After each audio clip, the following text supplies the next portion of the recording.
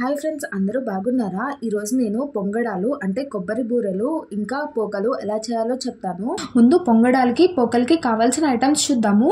బియ్యం కావాలి, బెల్లం కావాలి, కోకోనట్ కావాలి, నువ్వులు కావాలి. ఈ 4 ఐటమ్స్ ఉంటే సరిపోతుంది. దాంతోపాటు ఆయిల్ కూడా కావాలి. ముందు 3 days రేషన్ బియ్యాన్ని నానబెట్టుకోండి. 2 kgs బియ్యానికి మీకు 1 kg బెల్లం అనేది పడుతుంది. మీరు 3 days నానబెట్టుకున్న తర్వాత దాన్ని మిల్లోకి తీసుకువెళ్ళి దాన్ని మెత్తగా చేయమని చెప్పండి. ఇంటికి వచ్చాక మళ్ళీ మెత్తని జల్లెడతో జల్లించుకోండి. ఆ తర్వాత మీరు బెల్లం పాకం పెట్టుకోవాలి.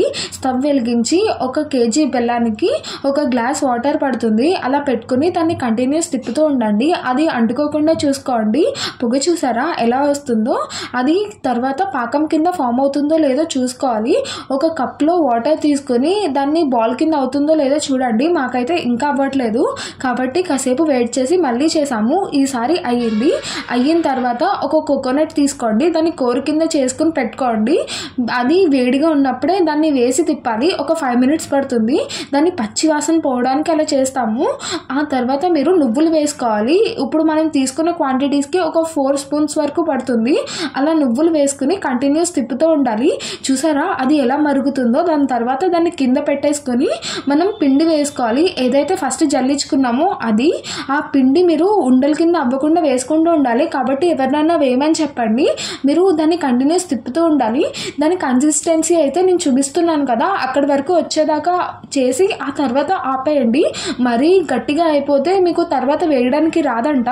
సో చూసుకోండి. దాని తర్వాత ఒక 3 spoons నెయ్యి వేసాము. ఇది కమ్మదనం కోసం వేస్తాము. దాన్ని మొత్తం కలిపేసిన తర్వాత దానిపైన ఒక టీ గ్లాస్ అంతా ఆయిల్ పడుతుంది. ఇది ఎందుకంటే మీరు వేసేటప్పుడు ఈజీగా రావడానికి. మీరు ఇది మొత్తం చల్లారేదాకా కాకుండా కొంచెం గోరువెచ్చగా అంటే 10 minutes వరకు పక్కన వదిలేయండి. ఆ తర్వాత పొయ్యి వెలిగించుకుని ఆయిల్ పెట్టుకోండి. ఒక ఆయిల్ పేపర్ ఏదైనా తీసుకోండి. దాని మీద దీన్ని అప్పం లాగా ఒత్తుకోండి. ఒత్తుకున్న తర్వాత దాన్ని ఆయిల్లో వేసి దాని పైన ఆయిల్ వేయండి. అప్పుడు అది ఉబ్బుతుంది. చూసారా అది ఎలా ఉబ్బుతుందో? దాని తర్వాత మేము ప్లేట్లో పెట్టేసాము. ఇలాగా మా కొబ్బరి బూరెలు అనేది రెడీ అయిపోయినాయి. ఆ తర్వాత పోకలు ఎలా చేస్తామంటే సేమ్ పిండిని మీరు రౌండ్గా బాల్స్ కింద చేసుకుని వేసుకుంటే దాన్ని పోకలు అని చెప్పి అంటారు. సో కొబ్బరి బూరెలు అయిపోయినాయి, పోకలు అయిపోయినాయి. ఇదితో స్వీట్ అయిపోయింది. నెక్స్ట్ వీడియోలో కారపూస బూందీ ఎలా చేయాలో చూద్దాము. Until then bye bye.